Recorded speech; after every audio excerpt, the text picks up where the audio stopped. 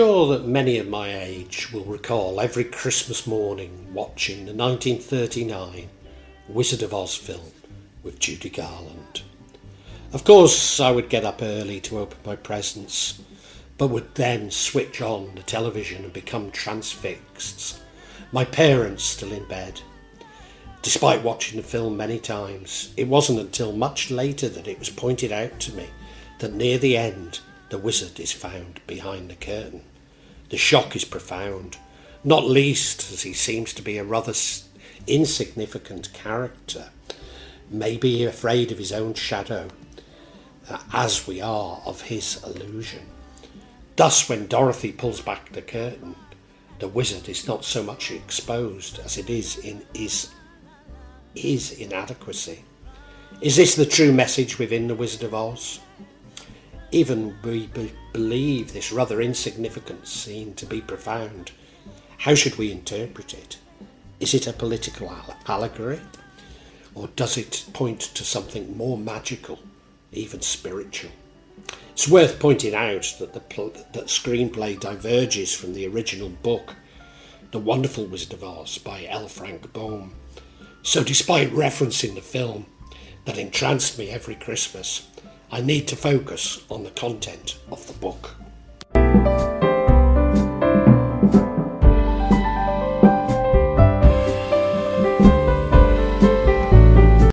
Despite Dorothy's iconic red shoes in the film, in the book they're silver. Beginning with Henry Littlefield, these silver shoes have been juxtapositioned with the yellow brick road as an allegory on monetary policy. Yellow representing the gold standard and silver the alternative edition of silver, which was demonetised in 1873. Even the name Oz is purported to mean ounce, which both gold and silver are measured in. The gold standard would have favoured the bankers, robber barons and industrialists, which led to the Emerald City and ultimately fiat money, whereas silver favoured the common man. Indeed, the demonetisation of silver led to class conflict. But whilst L. Frank Baum did use a number of political references, it's not clear that he was overtly pursuing a political message, so much as including populist references.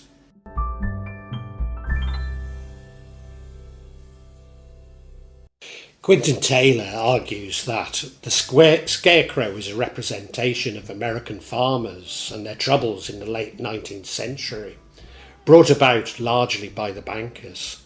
The Tin Man represents the American steel industry's failure to combat increased international competition at the time.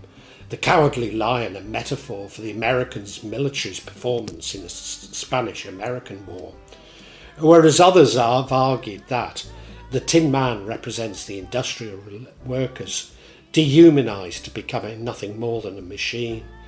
Dehumanised as with each swing of his axe another piece of his body lost, without realising that this was happening. The lion, the working class, too emasculated to challenge the industrialists. Or could it be the industrialists themselves, so frightened of their own shadow that they use fear and repression to hang on to power? It's also been suggested that the lion represents William Jennings Bryan, a populist presidential candidate. He told a good story, but was unlikely to truly challenge the existing order. Indeed, his failure sunk populism in the US until recently. Rather characteristically for the US, Byron was also anti-Catholic. Dorothy stands out as a beacon of hope, not comprehending what is happening, but remaining steadfast in her belief and determination to return to Kansas. Then there is the field of poppies, which if walked through would send people to sleep. Obviously a reference to the soporific qualities of opium, but maybe also to the soporific qualities of materialism and control, so brilliantly described in Brave New World by Aldous Huxley. The Munchkins have lived for many years brutalised by the Wicked Witch of the West, in much more Orwellian 1984-like condition. They're unable to completely break through and follow Dorothy back to Kansas. Some suggest that they represent all marginalised groups. Following this interpretation, could the wizard behind the curtain be hegemony? Oz therefore is really created for the common man to keep them from challenging the social order. Before entering the Emerald City, everyone must wear green-tinted glasses. Without them, the city would seem normal.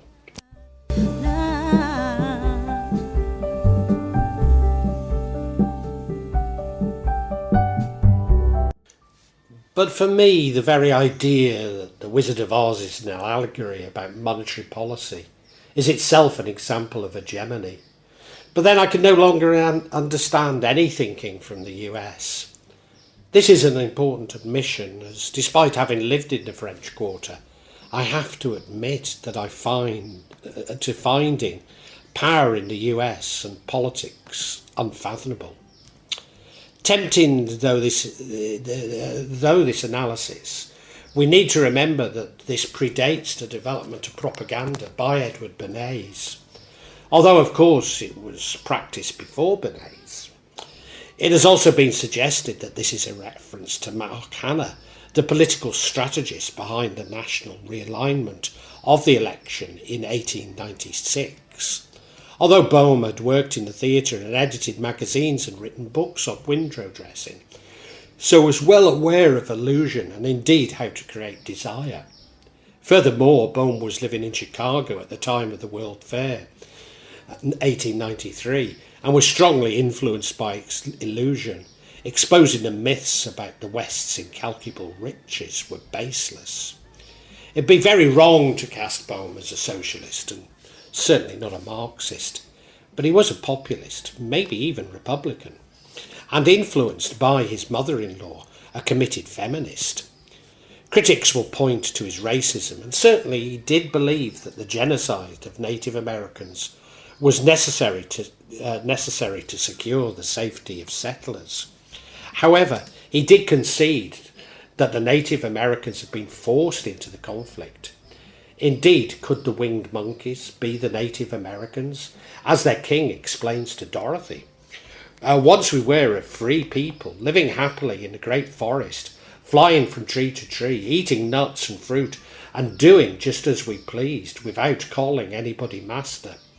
This was many years ago, long before Oz came out of the clouds to rule over this land. Although the monetarist hegemony insists that the monkeys are actually an allegory to the railways.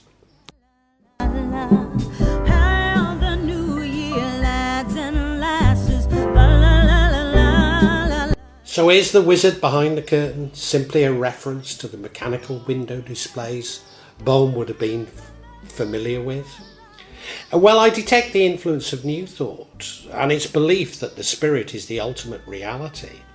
Certainly Chicago was an important centre for New Thought, although it had not really captured the public imagination when The Wonderful Wizard of Oz was written. Furthermore, it would be erroneous to downplay the massive influence of the illustrator W. W. Denslow on the public's imagination of Oz. What I do find is that Bohm and his wife became members of the Theosophical Society in 1892. I know in so many of my vlogs I cast the Theosophical Society as having so much to answer for, but I promise you this is true. Toto, I don't think we're in Kansas anymore. Evan I. Schwartz and others have suggested that Bohm intentionally used allegory and symbolism in The Wonderful Wizard of Oz to convey concepts that are central to the spiritual teachings of Theosophy and Buddhism. Thus, the yellow brick road corresponds to the golden path in Buddhism. They suggest that the main character's experience in Oz represents the soul's journey towards enlightenment. Whilst the Theosophical Society of America's interpretation is that Oz is a mandala, representing the human psyche and the world of samsara, the manifold, beautiful, enticing, but also frightening world of differentiation and becoming. Oz is thus samsara, the seductive world of earthly beauty, which draws the soul to it. In this world, the various dappled world, this magical world of divided beauty. Kansas, on the other hand, is the world from which we come before we find ourselves in the perilous land of the separate self. Kansas is that world where there is no differentiation, only oneness, no colour, which is diversity, not even black and white, which are opposites, but the unity of grey. No various hills and valleys, but no uniform smoothness of the great plains, no water, which is the cause and symbol of life and growth, but only the dryness of a world of unchanging reality. Maybe this is true, but why do theosophists annoy the hell out of me, with the exception of Richard Smoley, whom I have a lot of time for?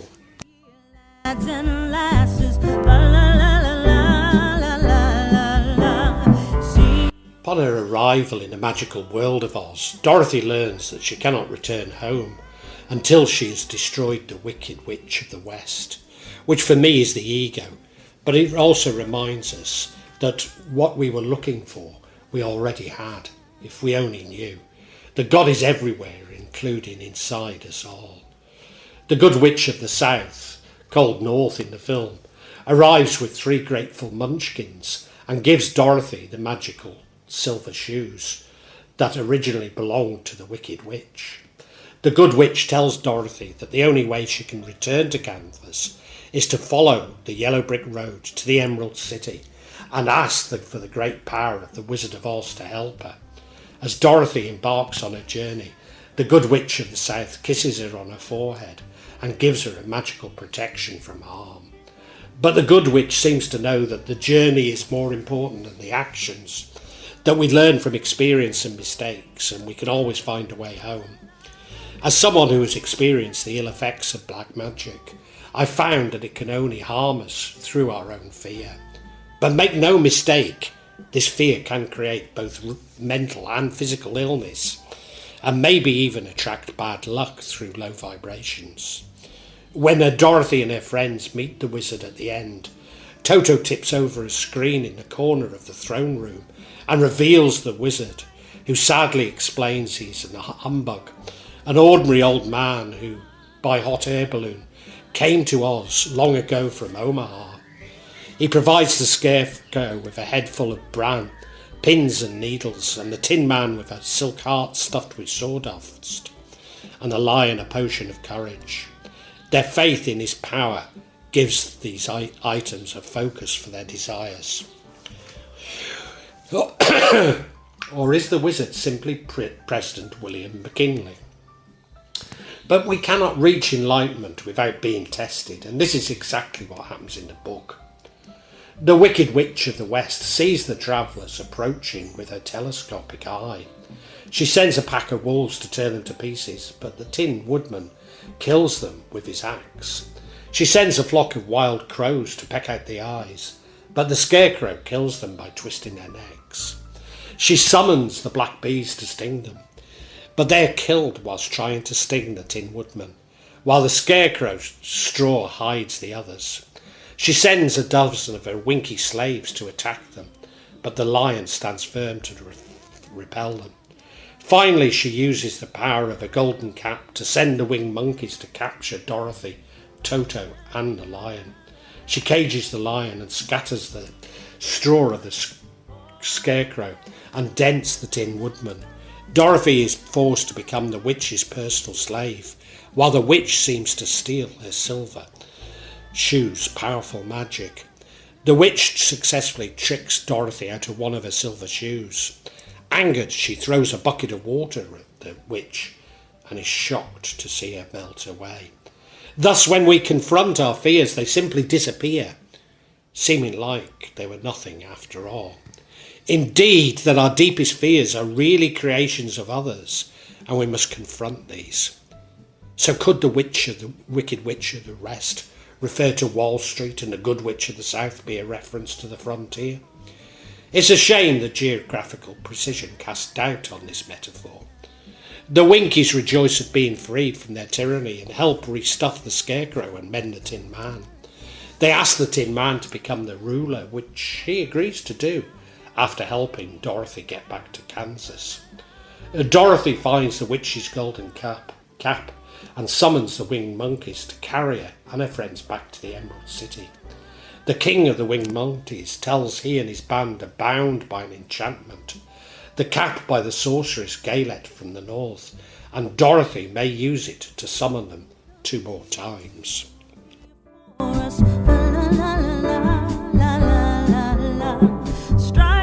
The wizard decides to take Dorothy and Toto home and then go back to Omar in his balloon. At the send-off, he appoints the Scarecrow to rule in his stead, which he agrees to do after helping Dorothy return to Kansas.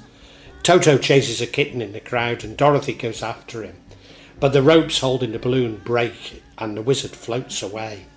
He floats into the sky with a cheerful cry of, "I can't come back, I don't know how it works." Thus we may only defeat magic by confronting our deepest fears and exposing the subterfuge that is ultimately taking control of our own lives. Yes, magic is all about the Jungian shadow, just as the fear used by the wizard and indeed industrialists is a reflection of their shadow, which doesn't have to be ours. In fact, the Jungian shadow of others, which traps us from realising our path to enlightenment. Dorothy takes Toto in her arms, knocks the heels of her silver shoes 3 times, and wishes to return home. Instantly she begins whirling through the air and rolling on the grass of the Kansas prairie, up to the farmhouse, though the silver shoes on her feet fall off her feet en route and are lost in the deadly desert. Thus the magic we are seeking is already with us, and we need to believe in ourselves rather than the props of ceremonial magic. For me at least, I have found this shadow to be every bit as prevalent within religious hierarchies and amongst those who consider themselves devout. My channel attracts many who seek to condemn Shams al-Marif, and indeed myself for daring to speak of it. That both the book and I are somehow satanic. But this is not based on a knowledge of the contents of Shams al-Marif, but a projection of what it may contain.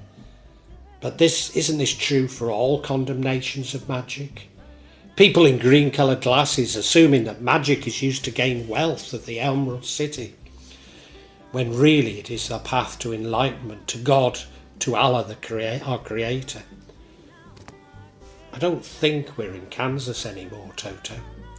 Our bum always insisted that it was just a children's book, and however unfaithful the 1939 film was, it's my enduring memory of Christmas past.